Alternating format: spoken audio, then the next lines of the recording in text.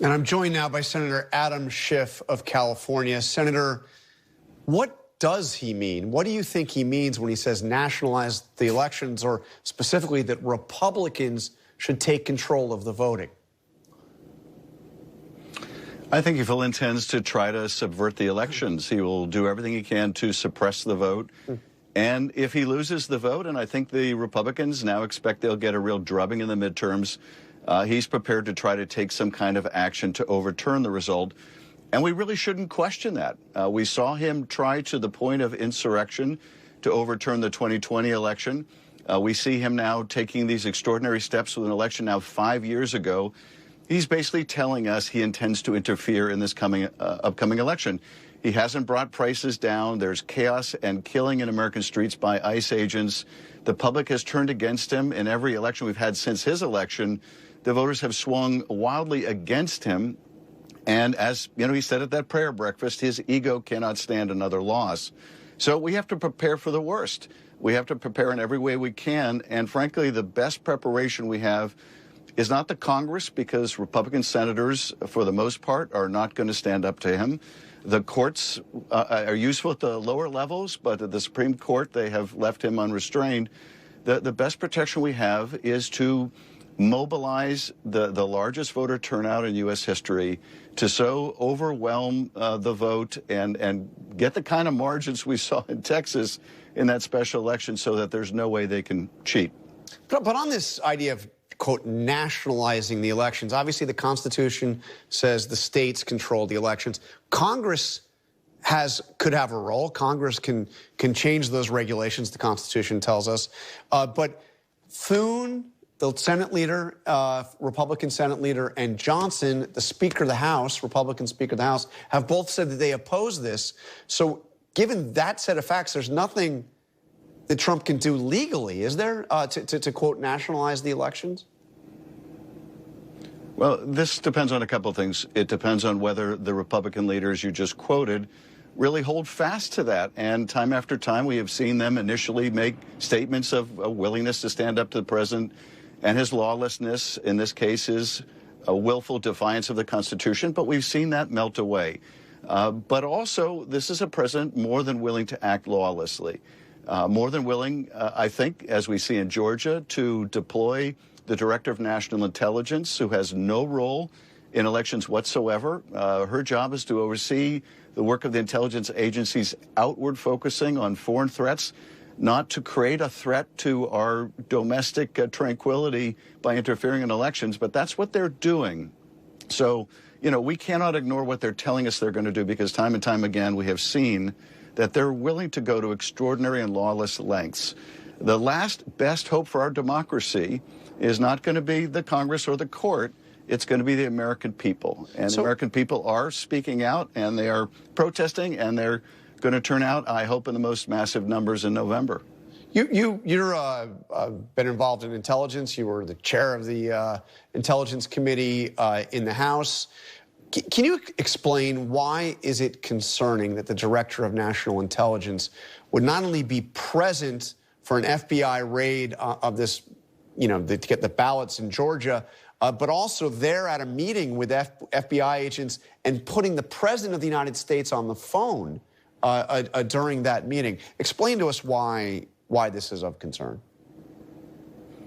Well, this is alarming at every level. First of all, why is the FBI conducting a raid 5 years after the fact when there were 3 recounts in Georgia? Why are they even there? And remember, this is the site of the election in which the president called Brad Raffensperger, the Secretary of State, the Republican Secretary of State, and demanded he find 11,780 votes that don't exist. So what are they doing there now? Are they going to manufacture some claim, having seized ballot boxes, that there were, in fact, 11,780 votes? And why is the Director of Intelligence, who has no role in domestic law enforcement there, what is the president personally doing on the phone with FBI agents during a raid? All of this is unprecedented. I think all of this is intended to send a message, and the message is we will not tolerate or accept an election that we lose. And we need to pay attention to this. It's why I think in these budget discussions. We need to make sure to insist, among other things, that we don't have ICE agents at polling places. We're going to make sure that those elections take place and that they're free and that they're fair, because this is what's going to stop this country from sliding into some kind of dictatorship. I want to play something that your Republican colleague, Alabama Senator Tommy Tuberville, said this week on Fox Business. President Trump wants same-day voting, mail ballots, get rid of these voting machines. There's a half a dozen people, whether it's the House or Senate, Larry, that are up here as we speak, that did not get elected. It was all bogus because we've seen the evidence, and if we don't straighten that out, you're going to see a lot more of it this fall. Now, President Trump actually took that clip and posted it on his social media feed. How do you respond to those extraordinary and unfounded allegations from Senator Tuberville? Well, this is just the latest iteration of the big lie. He is laying the foundation to challenge the results in November if they go against the president and his party. And it's not just Tommy Tuberville. You cited a moment ago Speaker Mike Johnson as somehow defending our Constitution. Well, Mike Johnson was also saying something very similar to Tommy Tuberville. He said that three Republicans in California were ahead on election day and lost when the absentee ballots came in California, and therefore there must be fraud. And he couldn't prove it, but he was sure that it took place. Well, that's the same kind of big lie that you're hearing from Tommy Tuberville, that you heard from Donald Trump and continue to hear from Donald Trump. This is part of laying the foundation to challenge the result when they lose in the midterms. And we need to call it out. We need to spell it out.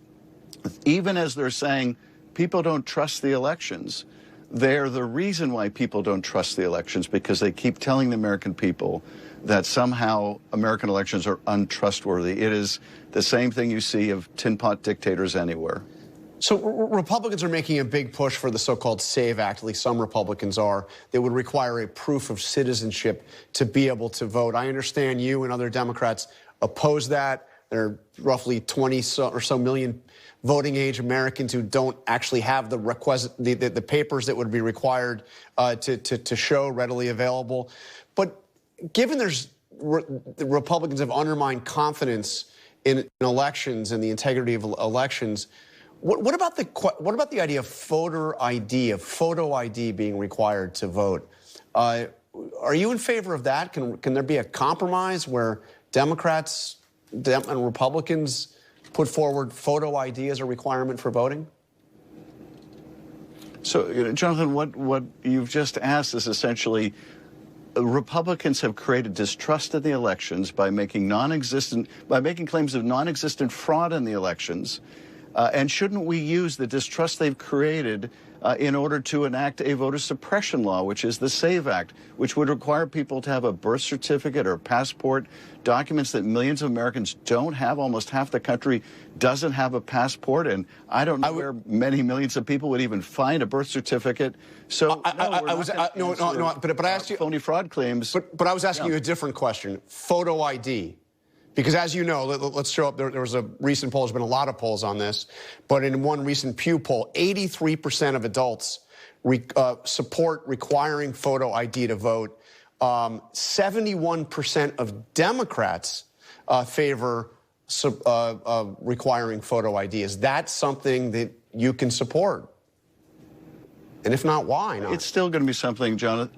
It's still going to be something that disenfranchises people that don't have the proper real ID, driver's license ID, that don't have the ID necessary to vote, even though they are citizens. This is another way to simply try to suppress the vote.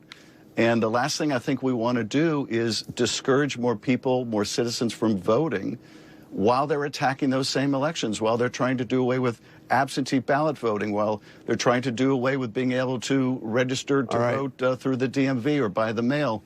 So it's part of the broader disenfranchisement effort. And no, I don't think that's the right direction. All right, Senator Schiff, thank you for joining us this morning.